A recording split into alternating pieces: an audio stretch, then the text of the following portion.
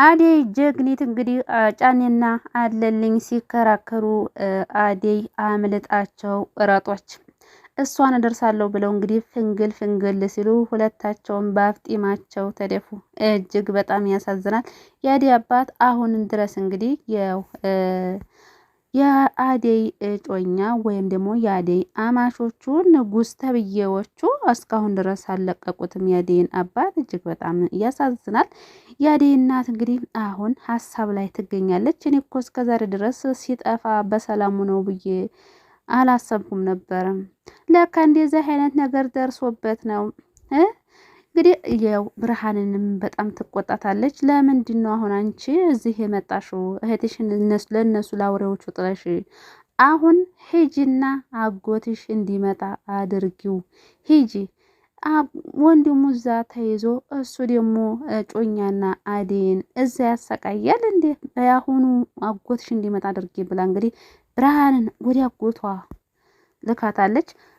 እና እንግዲህ ዴብና የአደይ አጎት ደግሞ እንግዲህ ተፋጠዋል ማለት ነው። እንደምታዩት እንግዲህ ትናንትና ባየነው መሰረት ዴብ የአደይን አጎት እንግዲህ አንገቱን ይዞ እንዲው ጥንዝዝ አድርጎ በቂጡ ጉልት አድርጎ እንግዲህ ዴብ አምልጦ ሂዷል ማለት ነው። ዴብ በጣም ተናዷል። ቆይ ምን አይነት ፍጥረት ናችሁ? እኔና አደይ እየተዋደርን እያወቃችሁ አደይን በውሸት እዚህ ይዛችሁ እንዴት መጣ አድርጋችሁ ለሌላ ለማትፈልገው ለማታፈቅረው ወንድ ልትድሯት ነው? ምን አይነት ፍጥረት ናችሁ ብሎ እንግዲህ ሲናገራቸው ነበረ። የአደይ አጎትም በል ዝም በል አፍህን ዝጋና አሁን በሰላም ወደ መጣህበት ሀገር ተመለስ ሲለው ዴብም እኔማ ፍቅሬን የምወዳትን ልጅ አደይን ጥዬ የትም ንቅንቅ አልልም። እስኪ ማነው ወንዱ አደይን የሚወስዳት? ማነው የሚያገባት? ብሎ እንግዲህ ወንድ ልጅ ቆረጠ። ቆፍጠን ብሎ ዴብ ተነስቷል ማለት ነው። አደይም አምልጣለች፣ ዴብም አምልጧል ማለት ነው። አሁን እንግዲህ የአደይ አባት ነው እንግዲህ ያለው ሳያመልጥ ተይዞ ያለው ማለት ነው።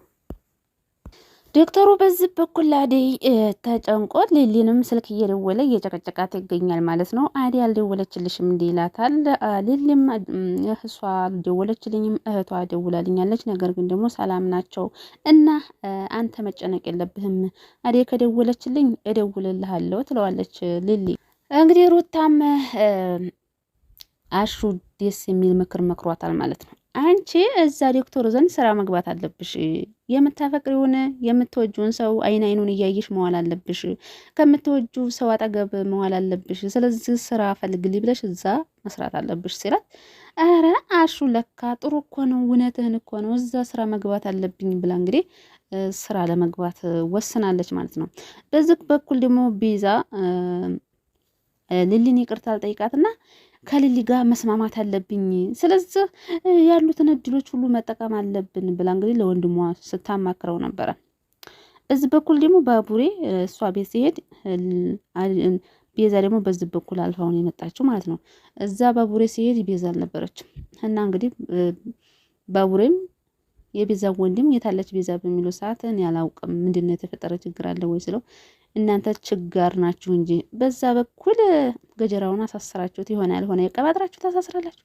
አሁን ደግሞ በእኔና በልሊ መካከል ማንዣበብ ጀምራችኋል። ቆይ እናንተ በእኛ ምንድነው ችግራችሁ? ከልሊ ጋር ምንድነው ችግሯ ሲለው እንግዲህ የቤዛ ወንድምም እኔ የማውቀው ነገር የለም አይመለከተኝም። አንተስ ምን አገባህ በሁለታቸው መካከል ለምንድነው የማያገባው?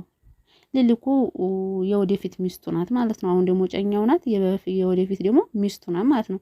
አሁን እንግዲህ ሊሊ ደግሞ በዚህ በኩል ወደ ማነው ቤዛ ደግሞ ወደ ሊሊ መታለች ማለት ነው። በሩን ስትከፍተው እንግዲህ ቤዛ ነበረች ማለት ነው። ጭራሽ ቤት ድረስ መጣሽ እንዲህ ብላ እንግዲህ አንገቷን ልትይዛ ስትል ቤዛም ተረጋጊ፣ አሁን የመጣሁት አንቺን ይቅርታ አልጠይቅሽ ነው ትላለች። ሊሊም ደግሞ እሺ በመጀመሪያ በረከት ጋር ምን ልታደርጊ ነው የደወልሽው ስትላት፣ አይ አንቺ ጋር እንዲያስታርቀኝ ስለፈለግኩ ነበር፣ እሱ ግን እምቢ አለኝና እኔ ደግሞ ቀጥታ ወደ አንቺ መጣሁ ትላለች። እንግዲህ ውሸቷ ነው፣ ሌላ ተንኮል እያሰበች ነው እንግዲህ እንግዲህ ሊሊም ኧረ እባክሽ ቤዛ ያንን ሁሉ ነገር ካደረግሽ በኋላ አሁን የማምንሽ ይመስልሻል ስትላት፣ ቤዛም እኔ በእናትሽ እኔ ተጸጽቻለሁኝ ባደረግኩሽ በሙሉ ተጸጽቻለሁ በጣም ይቅርታ ስትላት፣ እንግዲህ ሊሊም ይኸውልሽ ከተጸጸትሽማ ፈጣሪሽ ጋር ጎንበስ በርከክ ብለሽ ፈጣሪሽን ይቅርታ ለምኙ ንስሐ ገቢ ትላታለች።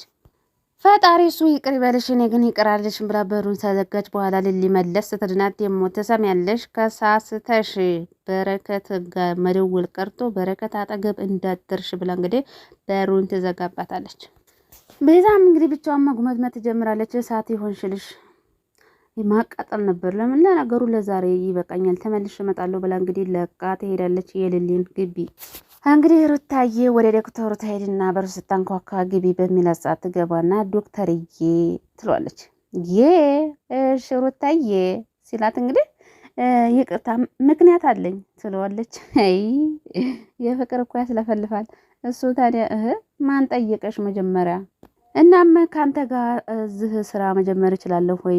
እንዲው ቤት በጣም ነው ያስጠላኝ ደበረኝ ስትለው፣ እሱም ታዲያ አንቺ ስራ መስራት ነው ያልሽ የፈለግሽው ወይስ መዋያ ነው የፈለግሽው ይላታል። ዶክተር ታዲያ እሺ ለማንኛውም የትምህርት ማስረጃ አለሽ እንዴ ሲላት፣ እንዴ ዶክተር ከዚህ ቀደም ስለኔ ህይወት ነግሬህ አልነበር እንዴ በምትለው ሰዓት፣ አንቺም ለካ እንደ ዳይመንድ ከአራተኛ ክፍል ነው ያቋረጥሽ ብሏት እንደው እረፍ እና እሷም ደግሞ ኮሌጅ እየተማርኩ አልነበር እንዴ ያቋርጨውን እንጂ ስትል፣ ለማንኛውም እዚህ ማለት ነው ክፍት ስራው ቦታ የለም ለመሆኑ አንቺ ስራ መስራት ትቻለሽ እንዴ ብሎ ጥያቄ ያመጣባታል። እሷም ታዲያ እንዴ ለምንድን ነው የማልችለው እንኳን እኔ ቤዛም ሰርታለች ስትለው፣ እንግዲህ ዶክተሩ ደነገጥና ቤዛ አይ ደግሞ ከሷ ጋር መፎካከር ጀመርሽ እንዴ ሲላት፣ በቃ እርዳይና ያልኩት ትለዋለች። ምን ሆነሽ ነው መረዳሽ ምን ቸግሮሽ ነው? ሩታም ታዲያ አንተ ግዴታ እንድትረዳልኝ የተቀዳደ ልብስ እንዲ ጥሞር ብዬ መምጣት አለብኝ እንዴት ትላለች። ተናዳለች በጣም። በቃ እርዳታ ያስፈልገኛል ፕሌስ እርዳ ስትል፣ አቤት አቤት። እሱም ታዲያ ቆይ አንቺ ትዕግስት የሚባል አልፈጠረሽብሽም ማለት ነው ስላት፣ እንግዲህ ዶክተር አንተ እንዲያው እየተረዳኸኝ አይደለም፣ ጭራሽ እኮ እየተረዳት አይደለም እውነት ለመናገር። እሱም ታዲያ አንቺ ሳትነግሪኝ እንዲረዳሽ ነው የምትፈልጊው ሲላት፣ እንዲህ አሁን አንተን ለምን አይገባህም? ሁሉንም ነገር እኮ ነገርኩ። አይኖቼን አይተህ መረዳት አትፈልግም አትችልም፣ እንዲህ ሁልጊዜ አንተን ብዬ እየመጣሁኝ ብላ እንግዲህ ትለዋለች። እሱ ለምንድን ነው የማይረዳት እንዴ? እንደወደደችው ይረዳት በቃ። አበዛው ግን ዶክተሩ። እንግዲህ ሩታ በቃ ስራ መስራት አለብኝ እዚሁ አንተ ጋር ጽዳት የሚሆን ጥበቃ ይሁን ምንድን ነበር ያለኛሹ አላለችም። ሚስጥር አትጠብቅም። ዶክተሩ ታዲያ እውነት ጭራሽ እዚህ መመላለሱን ማቆም ሲገባሽ ጭራሽ ጥበቃ ሆነሽ ልታርፊልኝ ነው ብሏታል።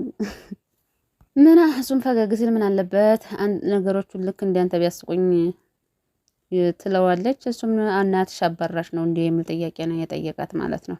አይ ሩታ እና ይህን ስራ ለመስራት ምን አነሳሳሽ ብሎ ጥያቄ ሲፈጥርባት ሩታዬም መልስ ስታጣም ትላለች። ያልገባሽም እንዴ እኔን አብራራለች ስላት፣ አዎ አብራራልኝ ያልገባኝም ወይ አሹ ቢሆን ወይ ደግሞ ሊሊ ብትሆን ወይ ደግሞ ዳይመንድ ቢሆን የሆነ መፍትሄ እኮ አታጣም ነበረ ለኔ ሲሆን ግን ስትለው፣ እነሱ እኮ ስራ ስለሚያስፈልጋቸው ነው። አንቺ ደግሞ ጥበቃና ሰራተኛ ቤትሽ ውስጥ አለ ምን ጎደለብሽ ብሎ ያፋጥጣታል።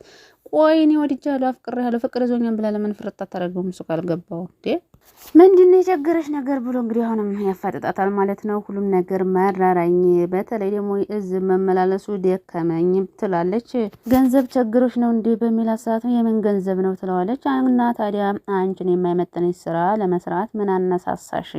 ገንዘብ ችግሮሽ ከሆነ እኔ እሰጥሻለሁ ይላታል። እኔም ልክ ግዴታ ምክንያት መጠየቅ አለብኝ ምክንያት መናገር አለብኝ እንዴ በምትለው ሰዓት ይኸውልሽ እናትሽ ደግሞ ዝመታ ሆስፒታሉን በአንድ እግሩ ነው የምታቆመው፣ ስለዚህ ምክንያትሽን መናገር አለብሽ ብሎ ፍጥጥ ያደርጋል።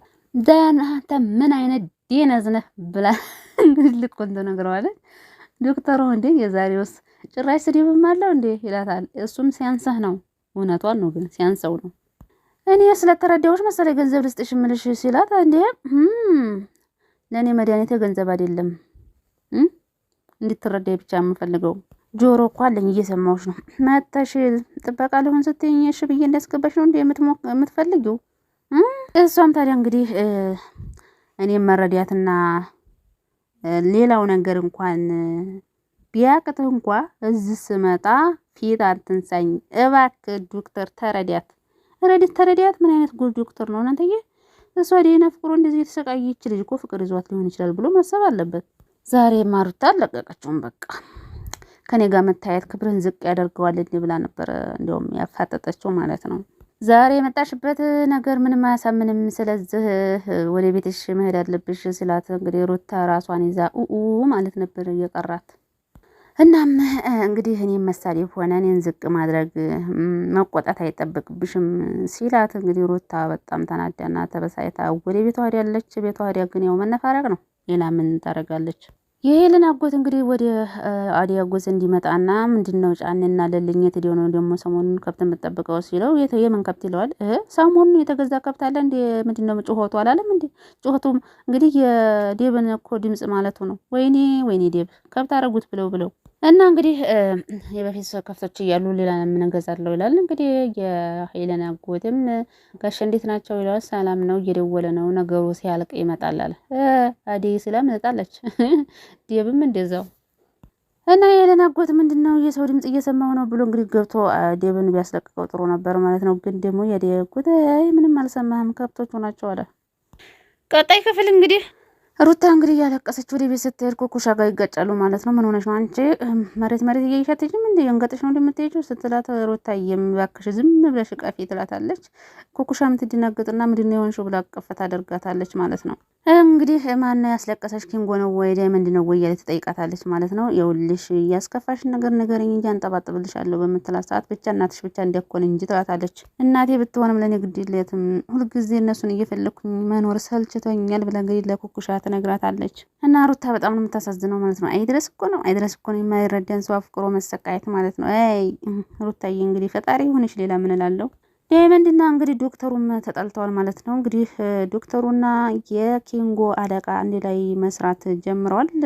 በፊት አብረው አይደለም የሚሰሩት በእርግጥ እና የሆነ ጽሁፍ ጽፎ ለዳይመንድ ለኪንጎ አድርስልኝ ብሎ በሚሰጠው ሰዓት እንግዲህ ሲሄዱ የራሱ አለቃ ሆኖ ሲያገኘው እንግዲህ ዳይመንድም እንዴት እንደዚህ አድርጎ ይሰራል ዶክተሩ በቃ ከኋላው የሆነ ነገር አለው ማለት ነው ብሎ እንግዲህ ቀጥታ ዶክተሩ ጋር ሄዶ ነው ያንቧረቀበት ማለት ነው።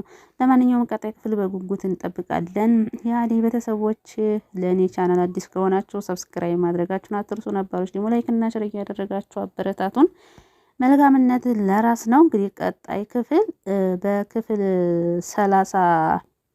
34 ላይ እንግዲህ ዴብና አደይ እንግዲህ ወደ ከተማ ይመጣሉ ማለት ነው።